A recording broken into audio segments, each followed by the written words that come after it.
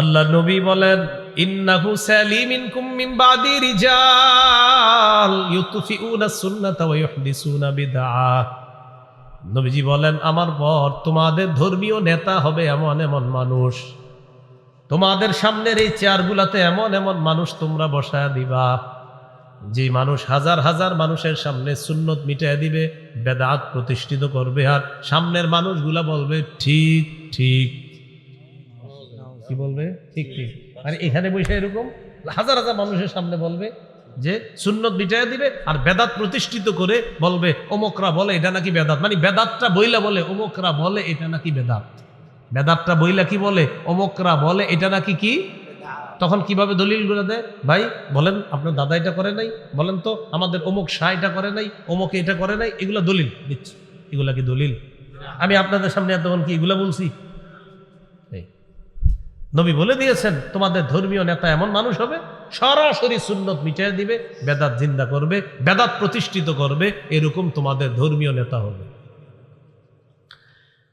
এখন করণীয় কি এই জাতীয় মানুষ হইলে? আব্দুল্লাহ ইবনে মাসউদ রাদিয়াল্লাহু তাআলা আনহু বলেন, কাইফা বি ইন আদরাকতুহুম, হুজুর এই জাতীয় বেদাতি যদি পাই তাহলে কি করব?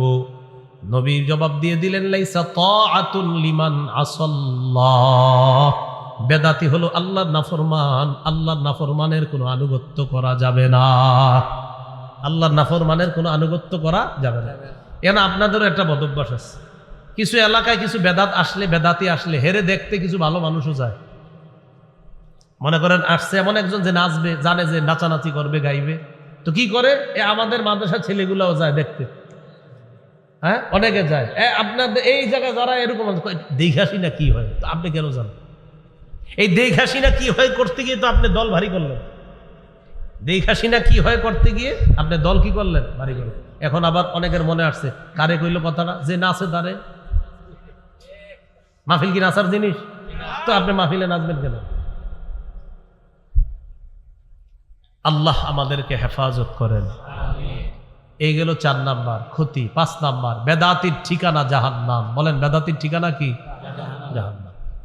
আবু দাউদের 4607 নম্বর হাদিসের বর্ণনা, ক্বালা রাসূলুল্লাহ সাল্লাল্লাহু আলাইহি ওয়াসাল্লাম, ইয়াকুম ওয়াল মুহদাসাত ফাইন্না কুল্লা মুহদাসাতিন বিদআ ওয়া কুল্লা বিদআতিন দালালাহ ওয়া কুল্লা দালালাতিন ফিন্নার।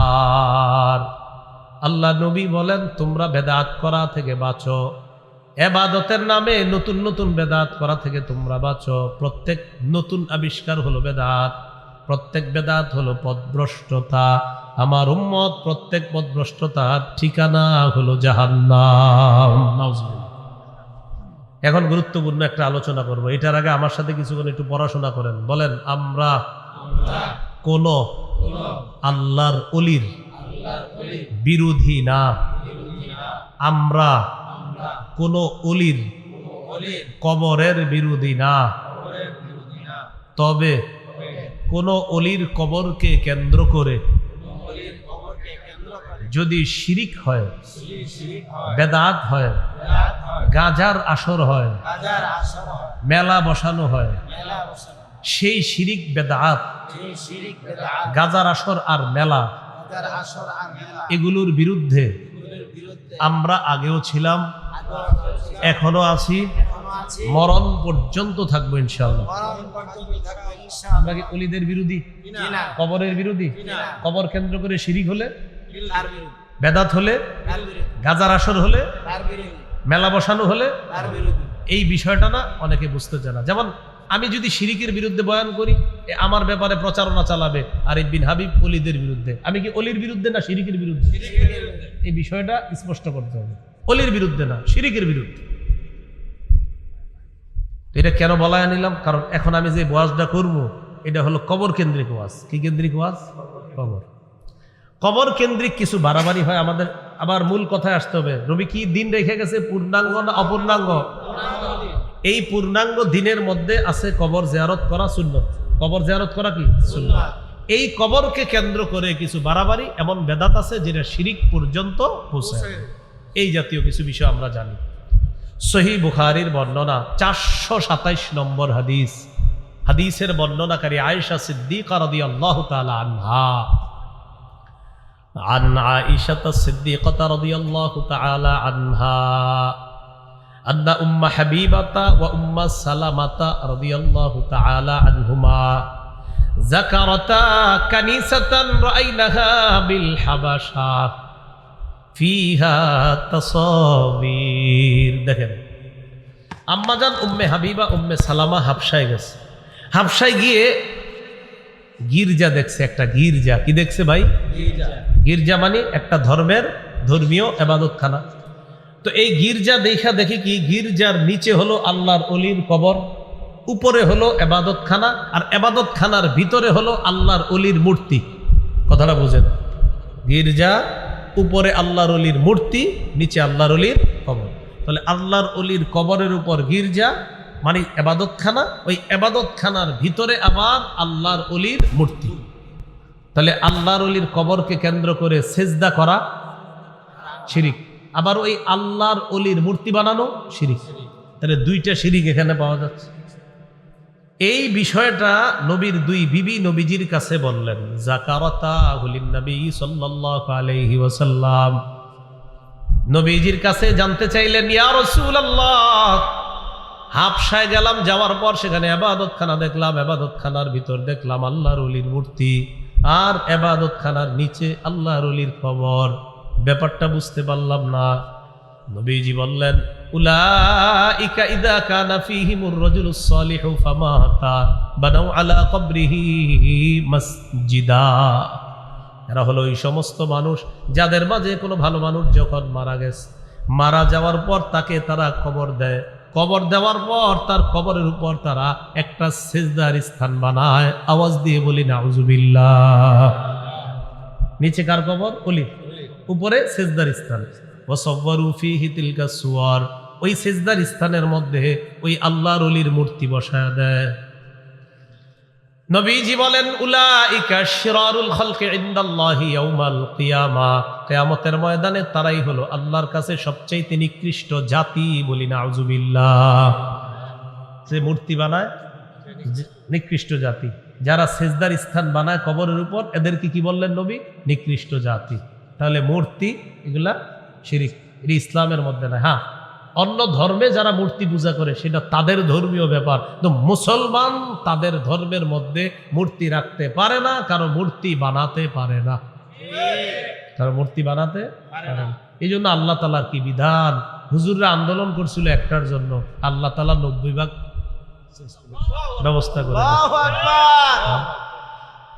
90 ভাগ আল্লাহ তাআলা ব্যবস্থা করে দিয়েছে আর যেগুলো আছে ইনশাআল্লাহ এগুলোও ওই নীতি নির্ধারক যারা তাদেরকে বুঝিয়ে শুনিয়ে বুঝাইতে হবে যে এই মুসলমানদের মূর্তি থাকা এটা বেবরকতির লক্ষণ এটা বরকত উঠে যাওয়ার লক্ষণ এই জন্য মুসলমান যারা আছি আমাদের মূর্তি থাকতে পারে না হ্যাঁ অন্য ধর্ম হিন্দু যারা আছে তাদের মূর্তিটা তাদের ধর্মীয় ব্যাপার কিন্তু ইসলাম ধর্মের মধ্যে কারো মূর্তি থাকতে পারে না সহিহ বুখারীর বর্ণনা ৭২৮০ নম্বর হাদিস قال رسول الله صلى الله عليه وسلم كل أمتي يدخلون الجنة إلا من أبى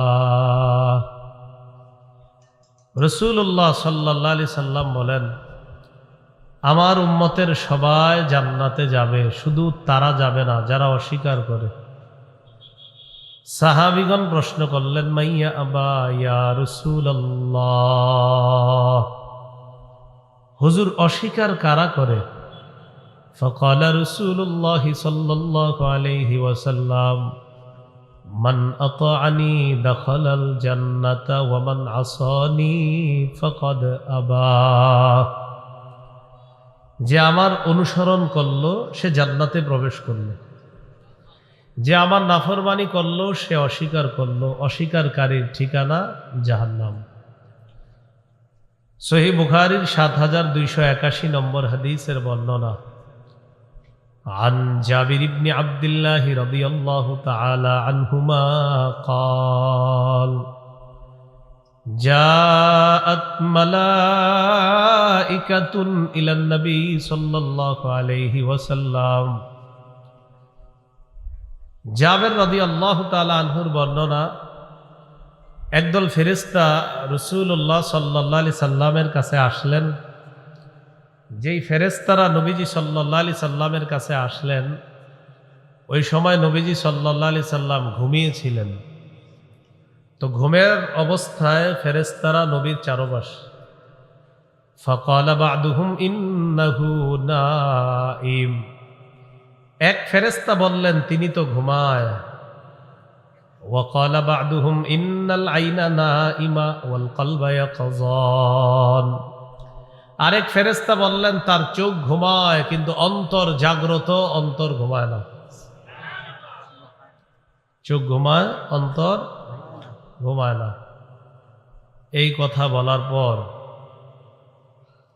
নবীজি সাল্লাল্লাহু আলাইহি সাল্লামের সামনে ওই ফেরেশতাদের মধ্যে একজন বললেন, ইদরিবু লিসাহিবিকুম হাযা মাসালা। তোমরা তোমাদের এই সাথীর একটা বর্ণনা দাও। কোন সাথী? মুহাম্মদ সাল্লাল্লাহু আলাইহি সাল্লাম। এই কথা বলার পর আবার এক ফেরেশতা বলে উঠলেন, ইন্নাহু নাইম, তিনি তো ঘুমায়। ওয়াকালা বা'দুহুম ইন্নাল আইনা নাইমা ওয়াল কলবা ইয়াকযান। আরেক ফেরেশতা বললেন তিনি ঘুমায়, তার চোখ ঘুমায় কিন্তু তার অন্তর ঘুমায় না, অন্তর সদা জাগ্রত আছে। এটা বলার পর এবার ফেরেশতারা বললেন, মাসালুহু কামাসালি রাজুলিন বানা দারা ওয়া জাআলা ফিহা মা'দুবা ওয়া বা'আসা দাঈয়া। তার দৃষ্টান্ত হলো এমন এক ব্যক্তির মতো যে ব্যক্তি একটা ঘর বানিয়েছে, ঘরের মধ্যে একটা দস্তরখান বিছিয়েছে। দস্তরখান বিছানোর পর একজন আহ্বানকারীকে বাহিরে পাঠিয়েছে মানুষকে দাওয়াত দেওয়ার জন্য। আহ্বানকারী বাহিরে গিয়ে দাওয়াত দিছে দস্তরখানের খাবারে শরীক হওয়ার জন্য। ফামান আজাবাদ দাঈয়া দাখালাদ দারা ওয়া আকালা মিনাল মা'দুবা ওয়া মান লাম ইউজিবিদ দাঈয়া লাম ইয়াদখুলিদ দারা ওয়া লাম ইয়াকুল মিনাল মা'দুবা। আহ্বানকারীর ডাকে যে সাড়া দিল সে ঘরে আসলো, দস্তরখানের খাবারে সে শরীক হলো। আর যে সাড়া দেয় নাই, ঘরেও আসে নাই, দস্তরখানের খাবারে শরীকও হতে পারে নাই। এগুলা কারা বলতেছে? ফেরেশতারা। এগুলা বলার পর ফেরেশতারা বললেন, আউবিলুহা লা। এই যে আমরা দস্তরখানের কথা বললাম, ঘরের কথা বললাম, আহ্বানকারীর কথা বললাম, এই বিষয়গুলা তাকে ব্যাখ্যা করে দাও। ক্বালা বা'দুহুম ইন্নাল আইনা না ইন্নাহু নাইম। এক ফেরেশতা বললেন তিনি তো ঘুমায়, ব্যাখ্যা করলে কি তিনি শুনবে? আরেক ফেরেশতা জবাব দিলেন, ইন্নাল আইনা নাইমা ওয়াল কলবা ইয়াকযান। তার চোখ ঘুমায়, অন্তর জাগ্রত আছে, আমরা ব্যাখ্যা করলে সমস্যা নাই, তিনি শুনবে। এবার ব্যাখ্যা শুরু। ফেরেশতারা ব্যাখ্যা করতে লাগলেন, ফাদ্দারু আল জান্নাহ, ঘরের দৃষ্টান্ত হলো আল্লাহর জান্নাত। ফাদ্দাঈ মুহাম্মাদুন সাল্লাল্লাহু আলাইহি ওয়াসাল্লাম, আহ্বানকারী অন্য কেউ নয়, তিনি হলেন মুহাম্মদ সাল্লাল্লাহু আলাইহি ওয়াসাল্লাম। যারা তার অনুসরণ করলো তারা তার ডাকে সাড়া দিল, আর যারা তার ডাকে সাড়া দিবে তারাই জান্নাতে প্রবেশ করবে, এই দস্তরখানের নিয়ামত তারা গ্রহণ করবে। যারা তার ডাকে সাড়া দিবে না, তারা তার নাফরমানি করলো, ঘরেও যেতে পারবে না, দস্তরখানের খাবারেও তারা শরীক হতে পারবে না। আল্লাহ আমাদের সকলকে রাসূলুল্লাহ সাল্লাল্লাহু আলাইহি সাল্লামের আনুগত্যশীল উম্মত যেন আমরা হতে পারি, আল্লাহ তৌফিক দান করেন। রাসূলুল্লাহ সাল্লাল্লাহু আলাইহি সাল্লাম আরেকটা দৃষ্টান্ত দিচ্ছেন নিজেই। সহিহ বুখারী ৭২৮৩ নম্বর হাদিস। নবীজি বলেন, আমার দৃষ্টান্ত আর আমাকে আল্লাহ তাআলা যে হেদায়েত দিয়ে পাঠিয়েছেন এটার দৃষ্টান্ত হলো এমন এক ব্যক্তির মতো, যে ব্যক্তি তার এলাকায় যায়, যাওয়ার পরে ওই এলাকায় গিয়ে বলে, ইন্নামা আনান নাযীরুল উরয়ান, আমি তোমাদের কাছে স্পষ্ট একজন সতর্ককারী, আমি তোমাদেরকে সতর্ক করতেছি। ইন্নী রাআইতুল জাইশা বিআইনাইয়া, আমি অমুক জায়গায় সশস্ত্র বাহিনী দেখে আসলাম, ফান্নাজা, তাড়াতাড়ি সবাই নিরাপদ জায়গায় চলে যাও, অন্যথায় তোমাদের উপর যে কোনো সময় তারা অতর্কিত হামলা চালাবে। আতাআহু তাইফাতুম মিনহুম, একদল তার কথা শুনছে, শোনার পর প্রয়োজনীয় সব কিছু নিয়ে তারা তাড়াতাড়ি নিরাপদ জায়গায় চলে যায়। ওয়াকাযযাবাহু তাইফাতুম মিনহুম, আরেক দল তার কথা শুনে নাই, তার কথা অবিশ্বাস করছে। রাতের বেলা ঘরের মধ্যে নিরাপদে আরামে ঘুমায়। সাব্বাহাহুমুল জাইশ, সশস্ত্র বাহিনী তাদের উপর রাতের বেলা হঠাৎ হামলা চালায়। হামলা চালানোর পর মানুষগুলা মারা যায়। বলেন তো, দুই দলের মধ্যে কারা সফল? যারা কথা শুনলো না শুনলো? যারা শুনছে তারা নিরাপদ, সঠিক জায়গায় চলে গেছে। এগুলা ফেরেশতারা বলতেছে। তার দৃষ্টান্ত হলো এমন, যারা তার কথা মানবে ওই মানুষগুলা নিরাপদ ঠিকানা আল্লাহর জান্নাতের মেহমান হয়ে যাবে। আর যারা তার কথা মানবে না, মুহাম্মদ সাল্লাল্লাহু আলাইহি সাল্লামের কথা মানবে না যারা, তাদের ঠিকানা হবে জাহান্নাম। আল্লাহ আমাদের সকলকে নবীজির যেন পূর্ণ আনুগত্য আমরা করতে পারি, আল্লাহ তৌফিক দান করেন।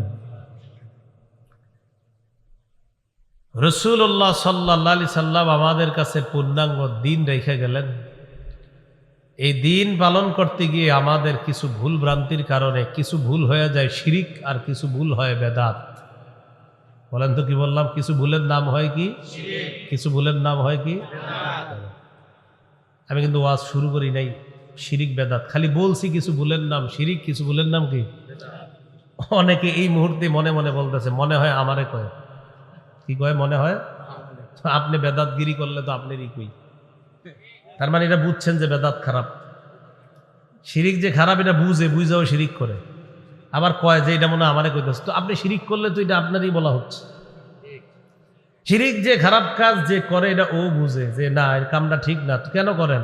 করে একটু লাফালাফি ভালো লাগে। এই পরনে কাপড় নাই, তার নাম আপনারা দিয়ে দেন পীর। কথার কথা। ছোটবেলায় বাচ্চাদের পরনে কাপড় না থাকলে ওরে কি বলা হয়? এখন আপনি কোনো পীরের নাম রাখলেন ল্যাংটা। আমি কিন্তু আপনাকে বলছি না যে আপনি কোনো খারাপ পীর বা ভালো পীর, না, শুধু বললাম যে একজন পীর সাহেবের নাম ল্যাংটা কেমনে হয়? উনি তো আপনাকে সঠিক কথা শিখাবেন, উনি তো আপনাকে ভালো কথা শিখাবেন। তো যার নামটাই দিলেন কি, তো উনি আপনাকে কি শিখাবে?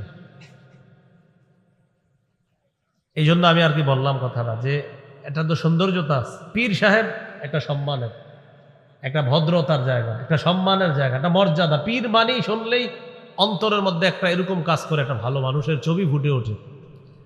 হাফিজজি হুজুরের নামটা শুনলে আপনাদের এলাকার এই মুহূর্তে সবার ভিতরে একটা ভদ্রতা, শ্রদ্ধার বিষয় ফুটে ওঠে, যে হাফিজজি হুজুর মানে একটা সম্মানিত ব্যক্তি। তো বুঝাইতে চাইলাম, একজন পীর, একজন আল্লাহর ওলি, তার কথা শুনলে, তাকে পড়লে, তাকে দেখলে, তার ব্যাপারে কিছু লেখাপড়া যদি আমরা পড়ি পাতায় পাতায়, দিলের মধ্যে তার ব্যাপারে আলাদা একটা শ্রদ্ধা কাজ করে, একটা ভক্তি, একটা ভালোবাসা কাজ করে। এই মানুষগুলা হলো খাঁটি পীর, আল্লাহওয়ালা। কিন্তু আপনি শুরুতে একজনে বললেন, হুজুর আমার পীর সাহেব কিন্তু ল্যাংটা থাকে, তো এটা আপনি কেমন কথা বললেন? এটা আপনি একটু না শরীয়তে না জিজ্ঞাসা, আগে আকললি জিজ্ঞাসা করেন। শরীয়ত তো হারাম বলবেই, এবার আপনার কি মাথায় কি কিছু নাই, ওটারে জিজ্ঞাসা করেন। শরীয়ত বলবে হারাম, কিন্তু একটু মাথায় তো আপনি জিজ্ঞাসা করবেন যে প্রিয় আকল তুমি কি বলো। আপনি নিজেরে বলবেন, প্রিয় আকল তুমি কি বলো। তো বলছিলাম, পূর্ণাঙ্গ শরীয়ত পালন করতে গিয়ে আমাদের কিছু কর্ম, যে কর্মগুলা শিরিক পর্যন্ত পৌঁছে, আর কিছু কর্ম এটা বেদাত পর্যন্ত চলে যায়। শিরিক বড় জুলুম। বলেন, শিরিক কি জুলুম? সূরা লুকমানের 13 নম্বর আয়াতে আল্লাহ বলেন, ওয়াইদ ক্বালা লুকমানু লিবনিহি ওয়া হুয়া ইয়াইযুহু ইয়া বুনাইয়া লা তুশরিক বিল্লাহ ইন্নাশ শিরকা লাযুলমুন আযীম। স্মরণ করুন ওই সময়কে লোকমান হাকিম যখন তার সন্তানকে বললেন, হে প্রিয় সন্তান, আল্লাহর সাথে শিরিক করো না, শিরিক সবচেয়ে বড় জুলুম, শিরিক মহা জুলুম। আমি তার গায়ে আঘাত করলাম, এটা জুলুম। আমি এই জায়গায় কারো গায়ে আঘাত করলাম, এটা জুলুম। এর চেয়ে বড় জুলুম শিরিক করা। আমি কারো টাকা পয়সা আত্মসাৎ করলাম, এটা জুলুম। ডাকাতি করলাম, এটা জুলুম। অন্যায় করলাম, এটা জুলুম। ডাকাতি করলে তাকে শাস্তি দেওয়া হয়, চোর চুরি করলে তাকে শাস্তি দেওয়া হয়। কিন্তু মুসলমান নাম ধারণ করে বড় জুলুম করে তাকে কেউ শাস্তি দেয় না। ডাকাতরে ধরে দইরা সবাই পিটায়, ডাকাতের দইরা সবাই মারে না। তো ডাকাতের জুলুম বড় না মুশরিকেরটা বড় জুলুম? মুশরিক শিরিক করুক সমস্যা নাই, কিন্তু মুসলমান যদি নাম দেয় আব্দুর রহমান কিন্তু করে শিরিক, বড় জুলুম। কিন্তু এই বড় জুলুমটা যে করে, হ্যাঁ কেউ কিছু বলে, উল্টা কয় না না, শ্রদ্ধা ভক্তি। সূরা নিসার ৪৮ নম্বর আয়াতে আল্লাহ তাআলা বলেন, ইন্নাহু মান ইউশরিক বিল্লাহি ফাকাদ হারামাল্লাহু আলাইহিল জান্নাহ ওয়া মাওয়াহুন নার ওয়া মা লিয-যালিমিনা মিন আনসার। যারা আল্লাহর সাথে শিরিক করে, আল্লাহ তাআলা বলেন ফাকাদ হারামাল্লাহু আলাইহিল জান্নাহ, আল্লাহ তার জন্য জান্নাত হারাম করে দেন। ওয়া মাওয়াহুন নার, তার ঠিকানা হলো জাহান্নাম। তার ঠিকানা কি? জাহান্নাম। সহিহ বুখারীর বর্ণনা 1237 নম্বর হাদিস। قال رسول الله صلى الله عليه وسلم أتاني جبريل وبشرني أنه من مات من أمتك وهو لا يشرك بالله شيئا دخل الجنة। জিবরিল আমিন আমার কাছে আসছে, আসার পর বললেন, হাবিব আপনি আপনার উম্মতকে সুসংবাদ জানায়া দেন, আপনার উম্মতের মধ্যে যারা শিরিক না করে মারা যাবে জানায়া দেন একদিন জান্নাতে প্রবেশ করবে। শিরিক করা যাবে না। বলেন আমার সাথে সবাই, গম পরিমাণ ঈমান। বলেন জব পরিমাণ ঈমান, সরিষা পরিমাণ ঈমান। এবার বাংলাটা আরেকটু বাড়াবেন, বলেন গম পরিমাণ খাঁটি ঈমান, জব পরিমাণ খাঁটি ঈমান, সরিষা পরিমাণ খাঁটি ঈমান যদি কারো অন্তরে থাকে, এই ব্যক্তি বিভিন্ন মেয়াদে জাহান্নামে সাজা ভোগ করলেও কম বেশি সময় অথবা লম্বা সময় জাহান্নামে সাজা ভোগ করার পরেও সরিষা পরিমাণ খাঁটি ঈমানের কারণে একদিন জান্নাতে প্রবেশ করবে। কোথায় প্রবেশ করবে? জান্নাতে। সহিহ বুখারীর 44 নম্বর হাদিস। قال رسول الله صلى الله عليه وسلم يخرج من النار من قال لا إله إلا الله وفي قلبه وزن شعيرة من خير ويخرج من النار من قال لا إله إلا الله وفي قلبه وزن برة من خير ويخرج من النار من قال لا إله إلا الله وفي قلبه وزن ذرة من خير। নবী বলেন, কারো অন্তরের মধ্যে যদি গম পরিমাণ ঈমান থাকে, জব পরিমাণ ঈমান থাকে, সরিষার দানা পরিমাণ ঈমান থাকে, এই ব্যক্তি যদি ঈমান নিয়ে দুনিয়া থেকে বিদায় নেয়, লম্বা কম বেশি সময় জাহান্নামে যদি সাজা ভোগ করাও লাগে, বিভিন্ন অপরাধের কারণে জাহান্নামে যদি সাজা ভোগ করেও, খাঁটি ঈমান থাকার কারণে আল্লাহ নবী বলেন ইয়াখরুজু, একদিন সে জাহান্নাম থেকে বের হয়ে জান্নাতের মেহমান হয়ে যাবে। শিরিক করা যাবে না। কি করা যাবে না? তাহলে পূর্ণাঙ্গ শরীয়তের মধ্যে অনেকে আমরা এমন এমন কাজ করি যেটা শিরিক হয়ে যায়, এটা করা যাবে না। আল্লাহ আমাদেরকে হেফাজত করে। সহিহ বুখারীর বর্ণনা 6861 নম্বর হাদিস। عن عبد الله بن مسعود رضي الله تعالى عنه قال قال رجل يا رسول الله أي الذنب أكبر عند الله قال أن تدعو لله ندا وهو خلقك এক ব্যক্তি আল্লাহ নবীর প্রশ্ন করলেন ইয়া রাসূলুল্লাহ আল্লাহর কাছে সবচাইতে কোন অপরাধটি সবচাইতে বড় নবীজি জবাব দিলেন তুমি আল্লাহর সাথে অন্য কাউকে ডাকা আল্লাহর সমকক্ষ অন্য কাউকে ডাকা অথচ আল্লাহ তোমাকে সৃষ্টি করলেন মানুষ কত বোকার মতো গিয়ে বলে আল্লাহ এই কবরের মধ্যে যিনি শুয়ে আছে তাকে তুমি মাফ করে দাও আল্লাহ কবরওয়ালাকে তুমি জান্নাতবাসী বানায় দাও আল্লাহ এই কবরের মানুষটা জান্নাতের আলা মাকাম দান করো সব কারে বলছে শেষে গিয়ে কয় ও কবরওয়ালা আমার ছেলে নাই একটা ছেলের ব্যবস্থা করে দাও এতক্ষণ কবরওয়ালার জন্য কারে বলছে শেষে নিজের জন্য কারে কয় চিন্তা করছে মানে কাজটা কিন্তু ঠিক ছিল এতক্ষণ আল্লাহ মাফ করেন আল্লাহ জান্নাত দেন আল্লাহ উঁচা মাকাম দেন আল্লাহ আমার উস্তাদ ছিলেন তিনি আমার পীর ছিলেন আমার শায়েখ ছিলেন আল্লাহ তার মাকাম আরো বাড়ায় দেন সবকিছু আল্লাহরে বলছে শেষে গিয়া কয় বাবা আমার স্ত্রীর 10 বছর সন্তান হয় না একটা সন্তানের ব্যবস্থা করে দেন কি হয়ে গেল বিষয়টা এই তো এটা শিরিক হয়ে গেল আল্লাহ আমাদেরকে হেফাজত করেন অথচ আল্লাহ তাআলা সূরা শুরার 49-50 নম্বর আয়াতে বলেন লিল্লাহি মুলকুস সামাওয়াতি ওয়াল আরদ আসমান জমিনের রাজত্ব আল্লাহর ইয়াখলুকু মা ইয়াশা আল্লাহ যা চান তা সৃষ্টি করেন ইয়াহাবু লিমান ইয়াশাউ ইনাসা আল্লাহ যাকে চান তাকে কন্যা সন্তান দান করেন ওয়া ইয়াহাবু লিমান ইয়াশাউ যুকুর যাকে চান তাকে ছেলে সন্তান দান করেন আও ইউযাওয়িজুহুম যুকরানা ওয়া ইনাসা যাকে চান তাকে ছেলেও দান করেন মেয়েও দান করেন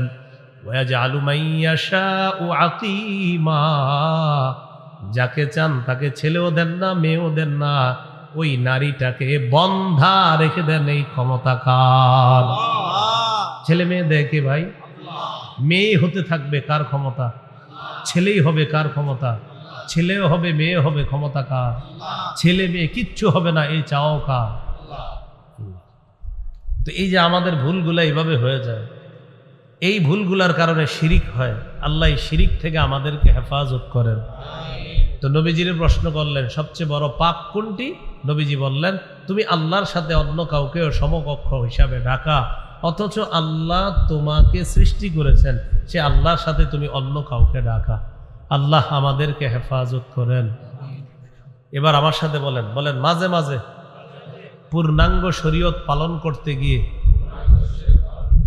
অনেকে এমন কাজ করে ফেলে যেই কাজটিকে ইসলামের পরিভাষায় বেদাত বলা হয় কি বলা হয় কিছু কাজ হয় শিরিকের মতো আবার কিছু হয় কিসের মতো বেদাতের মতো এখন কথা হলো বেদাত জিনিসটা কি সহিহ বুখারীর বর্ণনা 2697 নম্বর হাদিস 2697 হাদিসের বর্ণনাকারী আয়েশা সিদ্দিকা রাদিয়াল্লাহু তাআলা আনহা عن عائشة الصديقة رضي الله تعالى عنها قالت قال رسول الله صلى الله عليه وسلم من أحدث في أمرنا هذا ما ليس فيه فهو رد নবীজি বলেন আমাদের এই পূর্ণাঙ্গ শরীয়তের মধ্যে কেউ যদি ইবাদতের নামে নতুন কোনো কিছু আবিষ্কার করে এটা হলো বেদাত আমাদের এই পূর্ণাঙ্গ শরীয়তের মধ্যে ইবাদতের নামে সওয়াবের আশায় যদি কেউ নতুন কোনো কিছু আবিষ্কার করে এটার নাম হবে বেদাত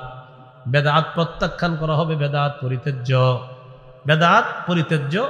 প্রত্যাখ্যান করা হবে এবার একটা কঠিন প্রশ্ন অনেকে বেদাত করে কইরা আইসা হুজুরদেরকে বলে হুজুর আপনারা খালি কোন এটা বেদাত এটা করলে তো আমার দিলে হিট আসে চোখে পানি আসে কি বলে মানে ইমোশনাল হয়ে যায় তখন চোখে কি আসে পানি আসে করে কি বেদাত ওই বেদাত করার পরে কি বলে আমার চোখে কি আসে এখন হুজুর কি করবে আল্লাহ আপনি বেদাত করেন আবার চোখে পানিও আসে তো খতিব সাহেব বুদ্ধি করে কয় আপনি মাশাআল্লাহ সুন্দর কথা বলছেন বেদাত করলে আপনার চোখে পানি আসে তো আমি কি বললে খুশি হবেন সেটা বলেন তুমি বলতেছে বেদাত হইলে কি আর চোখে পানি আসতো বুঝছেন খতিব সাহেব এবার বুদ্ধি করে কয় অনেক মানুষ আইসা কয় নাটক সিনেমা দেখলে এদেরও চোখে পানি আসে নাটক সিনেমা দেখে অনেকে ইমোশনাল হয়ে যায়, চোখে কি আসে? জায়েজ আছে পানি? এমনকি নাটক সিনেমা জায়েজ? তো বেটার দোকান দে। একজনে নাটক সিনেমা দেখে কাঁদতেছে, আইসা বলছে ভাই আমার চোখের পানি আসে নাটক সিনেমা দেখলে। তো চোখে তো পানি আসছে, তো এখন কি আপনি ফতুয়া দিয়ে দিবেন জায়েজ? বোঝা গেল নাটক সিনেমা দেখা চোখে পানি আসলো, ওই নাটক সিনেমা হারাম। বেদাতগিরি কইরা চোখে পানি আসলো, বেদাত হারাম। বেদাত কি? হারাম। বেদাতের কোনো ঠিকানা এটা ইসলামের মধ্যে নাই। তাহলে এই জন্য এই জাতীয় প্রশ্ন আর ভবিষ্যতে কোনো আলেমরে বলবেন না যে হুজুর আপনারা কোন বেদাত, কিন্তু এটা করলে একটা দিলে হিট আসে, মায়া আসে, ইমোশনাল হয়ে চোখের পানি আসে। পাশে দিয়ে একজন এসে বলবে ভাই আমি ওই সিনেমাটা দেখলো, আমার ইমোশনাল হয়ে একটা হিট এসে চোখে পানি এসে যায়, টেনশনে পড়ে যাবেন বিষয়টা। এই জন্য সিনেমাও হারাম, নাটকও হারাম, বেদাতও হারাম। সিনেমা নাটকের স্থান যেমন ইসলামে নাই, বেদাতের স্থানও ইসলামে নাই। বুঝে শুনে ঠিক বলছেন তো? আল্লাহ বুঝার তৌফিক দান করুন। ইমাম মালিক রহমতুল্লাহি আলাইহি বলেন মান ইবতাদা ফিল ইসলামি বিদআতান ইয়ারাহা হাসানা ফাকাদ জাআমা আন্না মুহাম্মাদান ক্বাদ খানার রিসালা। কেউ যদি ইসলামের মধ্যে বেদাত করার পর এটাকে উত্তম মনে করে, বেদাত করার পর এটাকে উত্তম মনে করে, ওই ব্যক্তি কেমন যেন বলতে চায় মুহাম্মদ সাল্লাল্লাহু আলাইহি ওয়াসাল্লাম তার দায়িত্ব পালনে ত্রুটি করে গেছে, এখন সে আসছে এটারে পূর্ণ করতে। নবীজি পূর্ণাঙ্গ শরীয়ত রেখে গেছে, তো একজনে আইসা বেদাত করে। ইমাম মালিক কয় তুমি বেদাত করো কেন? কয়টা আমার ভালো লাগে। কয় তুমি যে ভালো লাগে এই জন্য বেদাত করো, কেমন যেন তুমি বলতে চাও যে নবী তার শরীয়তকে পূর্ণাঙ্গ রেখে যেতে পারে নাই, তুমি আসছো এটারে পূর্ণ করতে। বলেন আমাদের নবীর শরীয়ত পূর্ণাঙ্গ না অপূর্ণাঙ্গ? পূর্ণাঙ্গ। আল্লাহ আমাদেরকে পূর্ণাঙ্গ শরীয়ত পূর্ণভাবে আমল করার তৌফিক দান করুন। আমিন। বেদাতের ভয়াবহতা।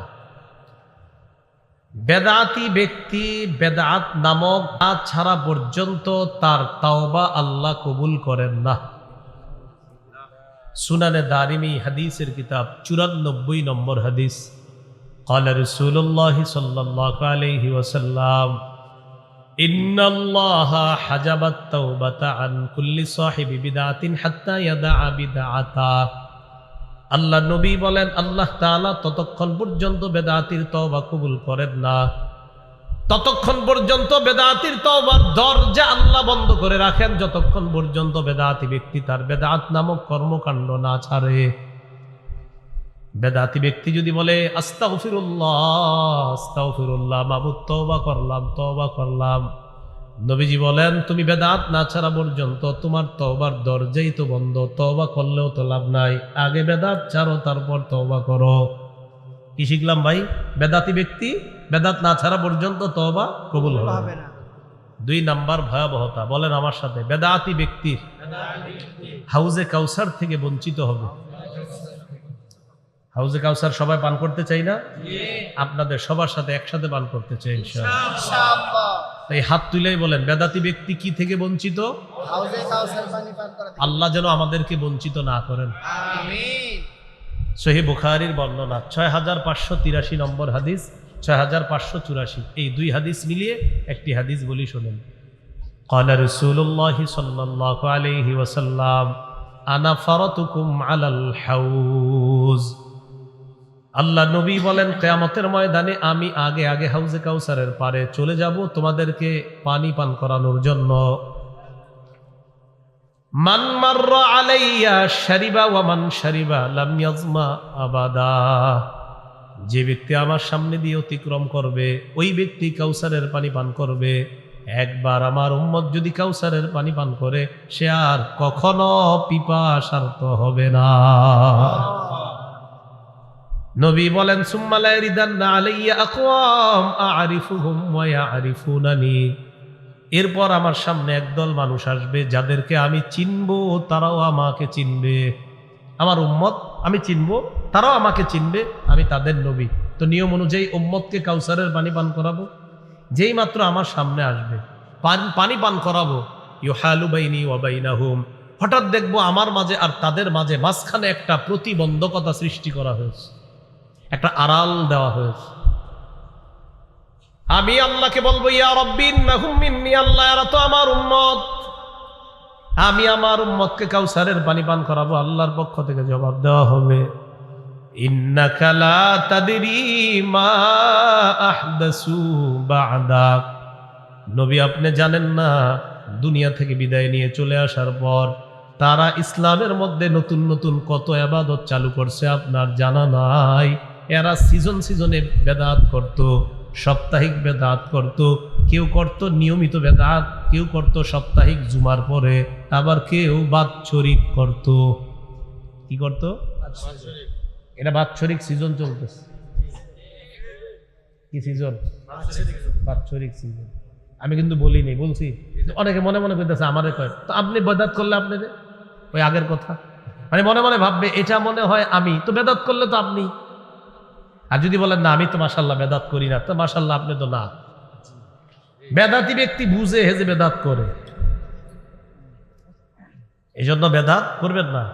সর্বশেষ আপনার আমি যতই বুঝাই, আপনি বলবেন হুজুর আপনি বলতে থাকেন, আমি আমারটা করব।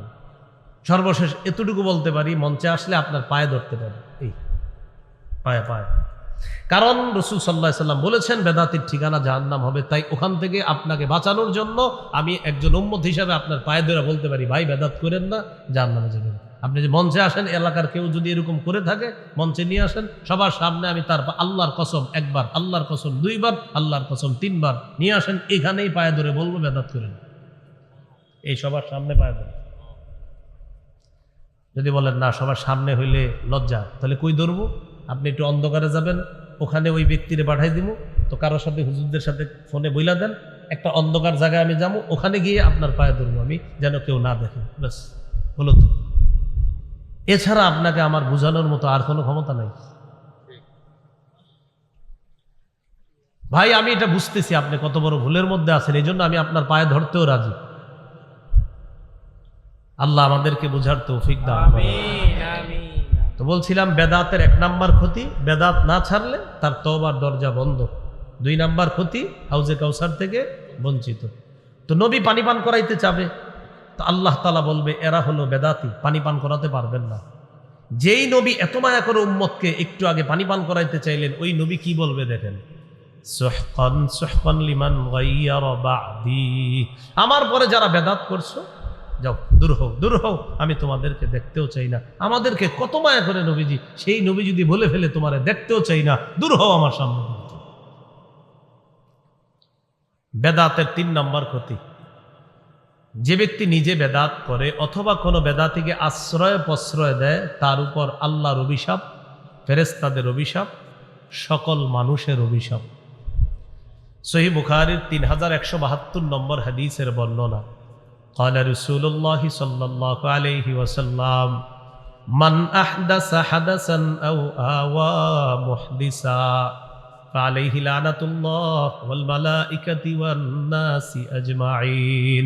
যে ব্যক্তি নিজে বেদাত করে অথবা কোনো বেদাতিকে আশ্রয় দেয়, তার উপর আল্লাহর অভিশাপ, ফেরেশতাদের অভিশাপ, সকল মানুষের অভিশাপ। বলি নাউজুবিল্লাহ। নাউজুবিল্লাহ। কষ্ট হচ্ছে আপনার অনেক, বসেন কিছুদিন রেস্ট নেন, পরে দেন আবার। না না এ করে দিন, ফ্যান দেন নাই, ওনাদেরও তো কষ্ট হইবে। সামনে থেকে শ্রোতাদের জন্য ফ্যানের ব্যবস্থা করবেন, হ্যাঁ ইনশাআল্লাহ। শ্রোতাদেরও তো কষ্ট, অনেকে ঘামায় যেতেছে এই গরমে, মাঝে মাঝে ওনাদের একটু ফ্যান দেন, তাহলে বিষয়টা ভালো লাগে। এদিকে আমার আরাম, ওনারা তো কষ্ট পাইতেছে। 3 নাম্বার ক্ষতি, যে বেদাত করে অথবা বেদাতিকে আশ্রয় প্রশ্রয় দেয়, তার উপর আল্লাহর অভিশাপ, ফেরেশতাদের অভিশাপ, সকল মানুষের অভিশাপ। আল্লাহ আমাদেরকে হেফাজত করেন।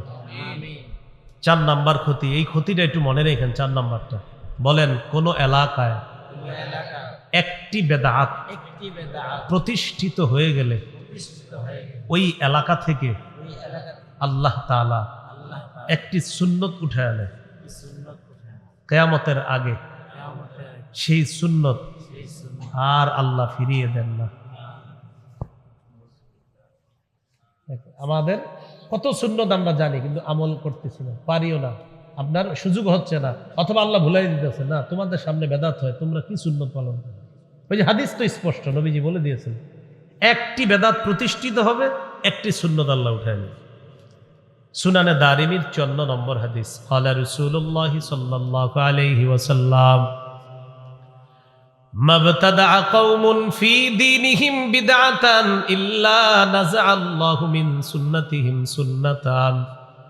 নবীজি বলেন, কোন জাতি যখন তাদের ধর্মের মধ্যে একটা বেদাত প্রতিষ্ঠিত করে ফেলে, ওই এলাকা থেকে একটা সুন্নত আল্লাহ উঠায় নেয়। সুম্মা লা ইউঈদুহা ইলাইহিম ইলা ইয়াউমিল কিয়ামা। কিয়ামতের আগে ওই সুন্নত ওই জাতিকে আল্লাহ ফিরিয়ে দেয় না। এই জন্য দেখবেন অনেক সুন্নত আমরা জানার পরেও আমলের তৌফিক হয় না। মেসওয়াক করা সুন্নত সবাই জানে, কিন্তু এশার নামাজের আগে সবাই মেসওয়াক করে নাই। খাওয়ার আগে বিসমিল্লাহ বলা সুন্নত, কেউ আজকে হয়তো 3 বার খেয়ে ফেলছেন অথবা 2 বার খেয়ে ফেলছেন। বিসমিল্লাহ বলা সুন্নত সবাই জানে, বাচ্চারাও জানে, কিন্তু অসংখ্য অগণিত মানুষ খাবার শুরুতে বিসমিল্লাহ বলে নাই। ঠিক না? সবাই জানে কিন্তু বিসমিল্লাহ বলা সুন্নত। এখানে একদম সবাই, একজনও বাকি নাই কেউ জানে না যে সবাই একদম বাচ্চা নাবালেগ যে ও জানে খাবারের শুরুতে বিসমিল্লাহ বলা সুন্নত। ঘুমের সময় আমরা মায়ের কাছে ছোটবেলা শিখে ফেলছি, আল্লাহুম্মা বিসমিকা আমুতু ওয়া আহইয়া, কিন্তু তালাশ করেন গত রাত্রে ম্যাক্সিমাম লোক এটা পড়তে ভুলে গেছে। উঠার পরের সুন্নত আলহামদুলিল্লাহিল্লাযী আহইয়ানা বাদামা আমাতানা ওয়া ইলাইহিন নুশুর। মক্তবে আমরা ছোটবেলায় শিখছি এবং আমরা এগুলা বলি একজনে, ঘুমের সময় এই দোয়া পড়িতে হয়, উঠার পর এই দোয়া পড়িতে হয়, কিন্তু নিজেরা পড়ি না। বুঝাইতে চাইলাম প্রিয় ভাইয়ারা, এটা কষ্টের বিষয়। আমাদের সামনে বেদাত প্রতিষ্ঠিত হয়ে যায়, আল্লাহ তাআলা আমাদের উপর নিঃসন্দেহে রাগ করেন। এই জন্য দেখবেন সুন্নত হাজারও জানি আমরা, কিন্তু আমলের তৌফিক হচ্ছে না। মসজিদের দরজায় লেখা আছে ঢুকার সময় আল্লাহুম্মা ইফতাহলি আবওয়াবা রাহমাতিক, কিন্তু এই লেখাটাও দেখবেন অনেকে পড়ার তৌফিক হচ্ছে না, ওই নিচে দিয়ে ঢুকে যাচ্ছে। এটা যদি পড়ে ফেলে তা আমল তো হয়ে গেল। বের হওয়ার সময় দরজায় লেখা আল্লাহুম্মা ইন্নী আসআলুকা মিন ফাদলিক, তৌফিক হচ্ছে না। অজুখানার মধ্যে লেখা অজুর শুরুতে পড়তে হয় বিসমিল্লাহ আলহামদুলিল্লাহ, এই লেখাটা অনেকের চোখে পড়ে না, কেন? তৌফিক হচ্ছে। বুঝাইতে চাইলাম বেদাত প্রতিষ্ঠিত হয়ে গেলে সুন্নত আল্লাহ উঠায় নেয়, অথবা অনেক সুন্নত আমাদের চোখের সামনে থাকে কিন্তু আমরা আমলের তৌফিক পাইতেছি না, আমল করার সুযোগ হচ্ছে না। আল্লাহ আমাদের সকলকে এই ভুলগুলা থেকে ফিরে আসার তৌফিক দান করে। ইবনে মাজার বর্ণনা 2865 নম্বর হাদিস, قال رسول الله صلى الله عليه وسلم, আল্লাহ নবী বলেন, ইন্নাহু সালিমিনকুম মিন বাদি রিজাল ইউতফিউনা সুন্নাতা ওয়া ইউহদিসুনা বিদআ। নবীজি বলেন, আমার পর তোমাদের ধর্মীয় নেতা হবে এমন এমন মানুষ, তোমাদের সামনের এই চেয়ারগুলাতে এমন এমন মানুষ তোমরা বসায়া দিবা, যে মানুষ হাজার হাজার মানুষের সামনে সুন্নত মিটায় দিবে, বেদাত প্রতিষ্ঠিত করবে, আর সামনের মানুষগুলা বলবে ঠিক ঠিক। কি বলবে? ঠিক ঠিক। আর এখানে বসে এরকম হাজার হাজার মানুষের সামনে বলবে যে সুন্নত মিটায় দিবে, আর বেদাত প্রতিষ্ঠিত করে বলবে অমুকরা বলে এটা নাকি বেদাত, মানে বেদাতটা বইলা বলে অমুকরা বলে এটা নাকি বেদাত, বেদাতটা বইলা কি বলে অমুকরা বলে এটা নাকি কি। তখন কিভাবে দলিলগুলো দেয়? ভাই বলেন আপনার দাদা এটা করে নাই, বলেন তো আমাদের অমুক শাহ এটা করে নাই, অমুকে এটা করে নাই, এগুলো দলিল দিচ্ছে। এগুলা কি দলিল? আমি আপনাদের সামনে এতক্ষণ কি এগুলা বলছি? নবী বলে দিয়েছেন তোমাদের ধর্মীয় নেতা এমন মানুষ হবে সরাসরি সুন্নত মিটিয়ে দিবে, বেদাত জিন্দা করবে, বেদাত প্রতিষ্ঠিত করবে, এরকম তোমাদের ধর্মীয় নেতা হবে। এখন করণীয় কি এই জাতীয় মানুষ হইলে? আব্দুল্লাহ ইবনে মাসউদ রাদিয়াল্লাহু তাআলা আনহু বলেন, কাইফা বি ইন আদরাকতুহুম, হুজুর এই জাতীয় বেদাতি যদি পাই তাহলে কি করব? নবী জবাব দিয়ে দিলেন, লাইসা তাআতুন লিমান আসাল্লাহ, বেদাতি হলো আল্লাহর নাফরমান, আল্লাহর নাফরমানের কোনো আনুগত্য করা যাবে না, আল্লাহর নাফরমানের কোনো আনুগত্য করা যাবে না। এনা আপনাদেরও একটা বদভ্যাস আছে, কিছু এলাকায় কিছু বেদাত আসলে, বেদাতি আসলে হেরে দেখতে কিছু ভালো মানুষও যায়। মনে করেন আসছে এমন একজন যে নাচবে, জানে যে নাচানাচি করবে, গাইবে, তো কি করে আমাদের মাদ্রাসার ছেলেগুলাও যায় দেখতে। হ্যাঁ, অনেকে যায়। আপনাদের এই জায়গায় যারা এরকম দেখাসি না কি হয়, তো আপনি কেন যান? এই দেখাসি না কি হয় করতে গিয়ে তো আপনি দল ভারী করলেন, দেখাসি না কি হয় করতে গিয়ে আপনি দল কি করলেন? ভারী করলেন। এখন আবার অনেকের মনে আসছে, কারে কইল কথাটা, যে নাচে তারে। মাহফিল কি নাচার জিনিস? তো আপনি মাহফিলে নাচবেন কেন? আল্লাহ আমাদেরকে হেফাজত করেন। এই গেল 4 নাম্বার ক্ষতি। 5 নাম্বার বেদাতির ঠিকানা জাহান্নাম। বলেন বেদাতির ঠিকানা কি? জাহান্নাম। আবু দাউদের 4607 নম্বর হাদিসের বর্ণনা। قال رسول الله صلى الله عليه وسلم إياكم والمحدثات فإن كل محدثة بدعة وكل بدعة ضلالة وكل ضلالة في النار। আল্লাহ নবী বলেন তোমরা বেদাত করা থেকে বাঁচো, ইবাদতের নামে নতুন নতুন বেদাত করা থেকে তোমরা বাঁচো। প্রত্যেক নতুন আবিষ্কার হলো বেদাত, প্রত্যেক বেদাত হলো পথভ্রষ্টতা। আমার উম্মত প্রত্যেক পথভ্রষ্টতার ঠিকানা হলো জাহান্নাম। এখন গুরুত্বপূর্ণ একটা আলোচনা করব। এটার আগে আমার সাথে কিছুক্ষণ একটু পড়াশোনা করেন। বলেন আমরা কোন আল্লাহর ওলির বিরোধী না। আমরা কোন ওলির কবরের বিরোধী না। তবে কোন ওলির কবরকে কেন্দ্র করে যদি শিরিক হয়, বেদাত হয়, গাজার আসর হয়, মেলা বসানো হয়, সেই শিরিক বেদাত, গাজার আসর আর মেলা, এগুলোর বিরুদ্ধে আমরা আগেও ছিলাম, এখনো আছি, মরণ পর্যন্ত থাকবো ইনশাআল্লাহ। আমরা কি ওলিদের বিরোধী? কবরের বিরোধী?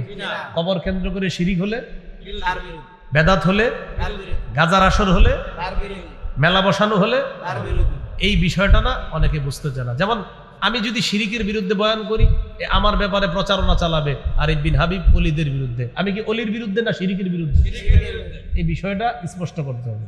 ওলির বিরুদ্ধে না, শিরিকের বিরুদ্ধে।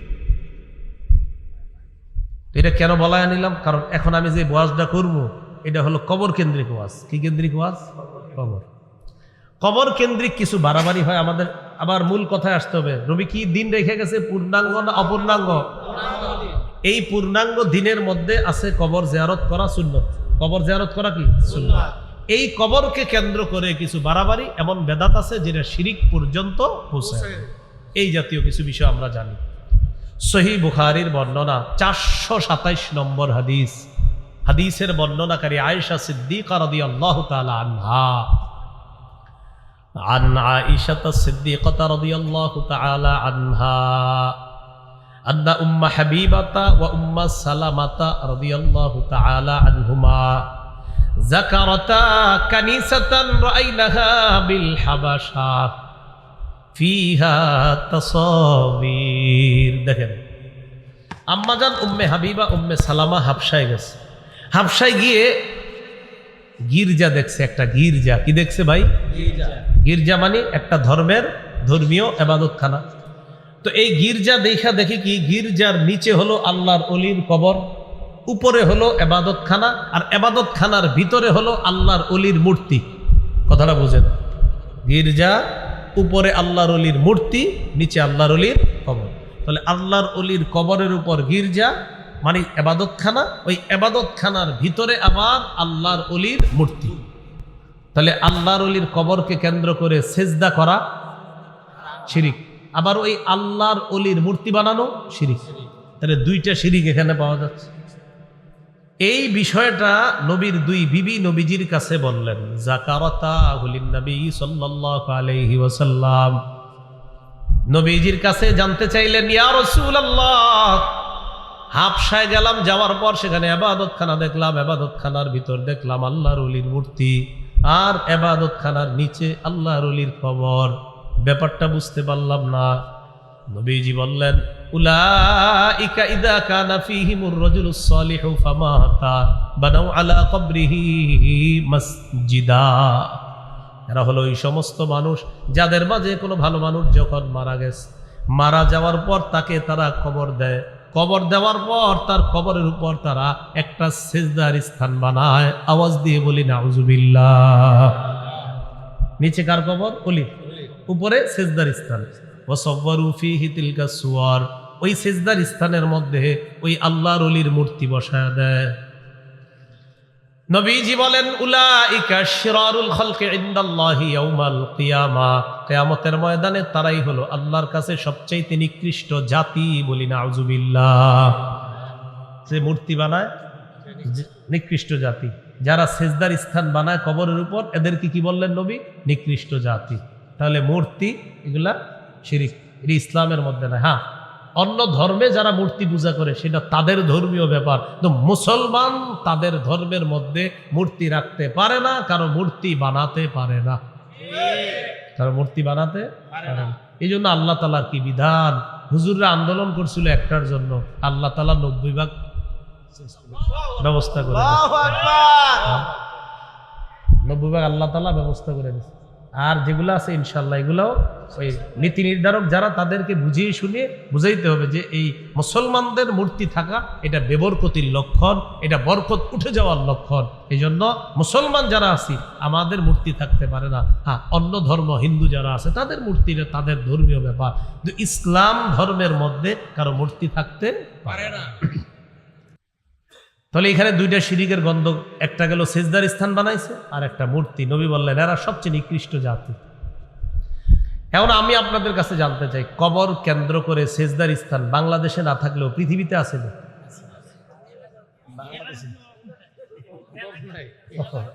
আপনাদের এলাকা আছে? আমি জানি।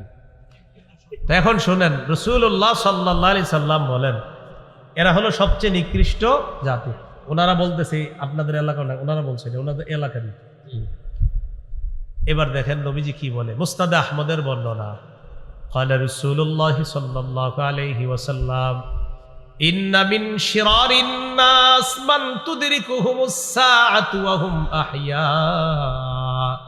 পৃথিবীর মধ্যে সবচেয়ে নিকৃষ্ট মানুষ দুই জাতি। এক নাম্বার, যারা জীবিত থাকতে তাদের কাছে কিয়ামত আসবে তারা সবচেয়ে নিকৃষ্ট। যারা জীবিত আর কিয়ামতটা আসবে তারা সবচেয়ে নিকৃষ্ট।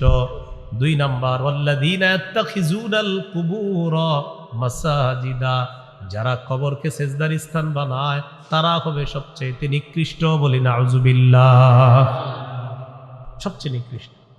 নবীজি ইন্তেকালের 5 দিন আগের একটা হাদিস শোনাই, শোনামুনি। ইন্তেকালের 5 দিন আগের হাদিসটার গুরুত্ব কম না অনেক বেশি? সহিহ মুসলিমের বর্ণনা 1075 নম্বর হাদিস, মাদ্রাসার পাঠ্যপুস্তক অনুসারে 532 নম্বর হাদিস। এই হাদিসের মধ্যে আছে قال رسول الله صلى الله عليه وسلم, নবীজি বলেন আলা ওয়া ইন্না মান কানা ক্বাবলাকুম ইত্তাখাযু কুবুর আমবিয়াইহিম ওয়া সালিহিহিম মাসাজিদা, তোমাদের পূর্বের জাতি তাদের নবী আর ওলিদের কবরকে সিজদার স্থান বানিয়েছে। আলা ফালা তাত্তাখিজুল কুবুর মাসাজিদা, তোমরা কবরকে সিজদার স্থান বানাবা না। আনহাকুম আন যালিকা, আমি নবী তোমাদেরকে মায়া করে বিষয়টা নিষেধ করে গেলাম। মায়া করে নবী আমাদেরকে নিষেধ করে যাচ্ছে ইন্তেকালের 5 দিন আগে, উম্মত কবরকে সিজদার স্থান বানায় না। অতীতের জাতি তাদের নবী ওলিদের কবরকে সিজদার স্থান বানিয়েছে, আমি নবী তোমাদেরকে বড় মায়া করি, এই কাজ তোমরা করো না, সিজদার স্থান বানায় না। কয়দিন আগে কথাটা বলছে ইন্তেকালের। এবার একটা হাদিস শোনাই, ইন্তেকালের দিনের হাদিস, যেদিন ইন্তেকাল করবে, তাহলে এটার গুরুত্ব আরো বেশি। সহিহ বুখারীর বর্ণনা 435 নম্বর হাদিস, লাম্মা নুজিলা বিরাসূলিল্লাহি সাল্লাল্লাহু আলাইহি ওয়াসাল্লাম, যেদিন নবীজি ইন্তেকাল করবে মুমূর্ষু অবস্থা,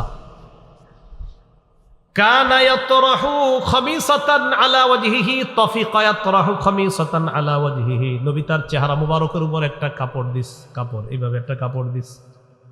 যেদিন ইন্তেকাল করবে সেদিন তার চেহারা মুবারকের উপর একটা কাপড় দিস। ফাইদা গতাম্মা, যখন নবীর প্রাণটা বের হবে অবস্থা, কাশাফাহা আন ওয়াজহিহি, চেহারা থেকে কাপড়টা সরায়া ফেলছে। ইন্তেকাল করার দিন কাপড় দিস, যখন প্রাণটা বের হবে কাপড়টা সরিয়ে দেবে। কাপড় সরানোর পর বললেন লানাতুল্লাহি আলাল ইয়াহুদি ওয়ান নাসারা ইত্তাখাযু কুবুর আমবিয়াইহিম মাসাজিদা ইউহাদ্দিরু মা সানাউ। নবীজি বললেন ইহুদিদের উপর আল্লাহর অভিশাপ, খ্রিস্টানদের উপর আল্লাহর অভিশাপ, তারা তাদের নবীদের কবরগুলা সিজদার স্থান বানিয়েছে। সতর্ক করে দিচ্ছে উম্মত, আমার কবরকে সিজদার স্থান বানাবে। তাহলে 5 দিন আগে নিষেধ করলেন, ইন্তেকালের দিনও নিষেধ করলেন, তাহলে বিষয়টার গুরুত্ব কম না অনেক বেশি? এই জন্য প্রিয় ভাইয়ারা, কবর কেন্দ্রিক সেজদা আল্লাহ রসুল নিষেধ করছেন। সেজদা দিতে হয় শুধু কাকে? আল্লাহ। আল্লাহ কথাগুলা বুঝার তৌফিক দান করেন। এবার আমার সাথে বলেন, কবরকে কেন্দ্র করে মেলা বসানো নিষেধ। সবাই বলেন দলিল, বলেন দলিল। আবু দাউদের 2042 নম্বর হাদিস। কবর কেন্দ্র করে কি বলানো নিষেধ? কি বসানো নিষেধ? দলিল আবু দাউদের 2042 নম্বর। قال رسول الله صلى الله عليه وسلم لا تجعلوا بيوتكم قبورا ولا تجعلوا قبري عيدا। তোমরা তোমাদের ঘরগুলাকে কবর বানাও না। যেই ঘরের মধ্যে কোরআন তেলাওয়াত হবে না, যেই ঘরের মধ্যে জিকির হয় না, তাসবিহ হয় না, আল্লাহর নাম উচ্চারণ হয় না, ওই ঘরটা কবরের মতো হয়ে যায়। নবী বললেন তোমরা তোমাদের ঘরগুলাকে কবর বানাও না। এরপর বললেন ওয়ালা তাজআলু কবরি ঈদা, আমার কবরকে কেন্দ্র করে মেলা বসাবা না, উৎসব বসাবা না। আমার কবরকে কেন্দ্র করে মেলা বসাবা না, উৎসব করবা না। আমাকে যদি মোহাব্বত করতে চাও সাল্লু আলাইয়া, বেশি বেশি আমার উপর দুরূদ পড়বা।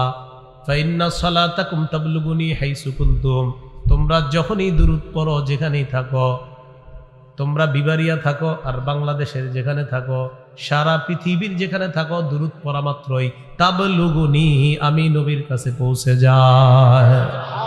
সাথে সাথে কার কাছে পৌঁছে যায়? পড়েন পড়েন সাল্লাল্লাহু আলাইহি ওয়াসাল্লাম, সাল্লাল্লাহু আলাইহি ওয়াসাল্লাম, সাল্লাল্লাহু আলাইহি ওয়াসাল্লাম, সাল্লাল্লাহু আলাইহি ওয়াসাল্লাম। পড়েন আর দিলে দিলে স্মরণ করেন যে এই মুহূর্তেই এটা নবীর কাছে পৌঁছতেছে। সাল্লাল্লাহু আলাইহি ওয়াসাল্লাম, সাল্লাল্লাহু আলাইহি ওয়াসাল্লাম। যতবার পড়ছি আমরা ঠিক ততবার সাথে সাথে নবীজির কাছে পৌঁছে গেছি। এরকম সুন্দর আমল থাইকা কেন বলেন বেদাত করবে, কেন শিরিক করবে? মানুষ জান্নাতে যাওয়ার রাস্তাকে কেন আপনার কঠিন বানায় ফেলবে? কত সুন্দর নবীজি দিক নির্দেশনা দিয়ে দিচ্ছে। টাকা পয়সা থাকলে হজ করবা, টাকা পয়সা থাকলে জাকাত দিবা। যদি টাকা পয়সা না থাকে তত হজও পারবা না, জাকাতও দিতে পারবা না। উম্মত শোনো, সল্লু খামসাকুম, 5 ওয়াক্ত নামাজ পড়বা ঠিক মতো। সুমু শাহরাকুম, রমজানের রোজা তো মাফ নাই, রোজাটা রাখবা। আর বাকি যে 2টা বললাম, নবীজি বলতেছে টাকা থাকলে হজে যাবা, টাকা থাকলে জাকাত দিবা, না থাকলে তো কিছু করার নাই।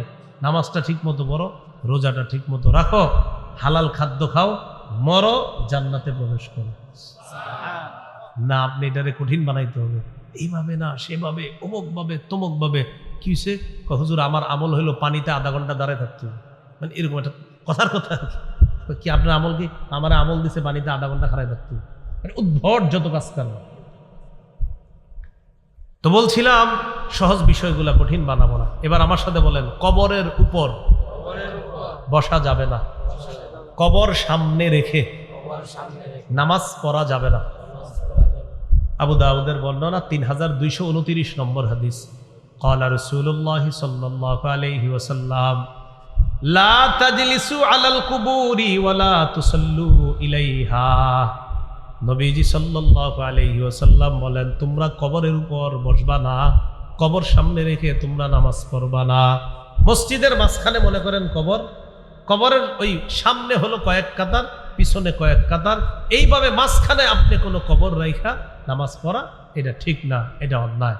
বলতে চাইলাম কোনো ধরনের বেদাত আমরা করব না, কোনো ধরনের শিরকি কর্মকাণ্ডে আমরা লিপ্ত হব না। বলেন ইনশাআল্লাহ। রাজি আছি তো সবাই ইনশাআল্লাহ? নবীজি আমাদের কাছে শরীয়ত রেখে গেছে পূর্ণাঙ্গ না অপূর্ণাঙ্গ? পূর্ণাঙ্গ শরীয়তের মধ্যে কিছু কাজ শিরিক হয়ে যায়, কিছু কাজ বেদাত হয়ে যায়, এগুলো আমরা করব না। ঠিক আছে তো ইনশাআল্লাহ? আল্লাহ আমাদের সকলকে যে কথাগুলা শুনলাম বললাম আমল করার তৌফিক দান করেন। আজকের আমার এই আলোচনাগুলো আপনারা যাদের কাছে মিম্বরের আমানত আমার কিতাবটা আছে, 2য় খণ্ডে 80 নম্বর পৃষ্ঠার পরে এই আলোচনাগুলো পেয়ে যাবেন। মিম্বরে আমানতের 2য় খণ্ডের আলোচনায় শিরিক বেদাত কুফুর তাওহীদ সম্পর্কে। তো 2য় খণ্ডটা যাদের সংগ্রহ আছে ওখানে দেখে নেবেন, যাদের সংগ্রহ নাই ওরা অনলাইন থেকে সংগ্রহ করে নিতে পারেন। 6 খণ্ডে কিতাবটা, 1ম খণ্ডে সন্তানের 64টা অধিকার, 2য় খণ্ড শিরিক বেদাত কুফুর, 3য় খণ্ডে সুদ সম্পর্কে আলোচনা, সুদের কারবার না থাকলেও কিন্তু আপনি বুঝলেন। হ্যাঁ, তৃতীয় খণ্ডটা। চতুর্থ খণ্ড স্বামীর 24টা অধিকার, স্ত্রীর 19টা।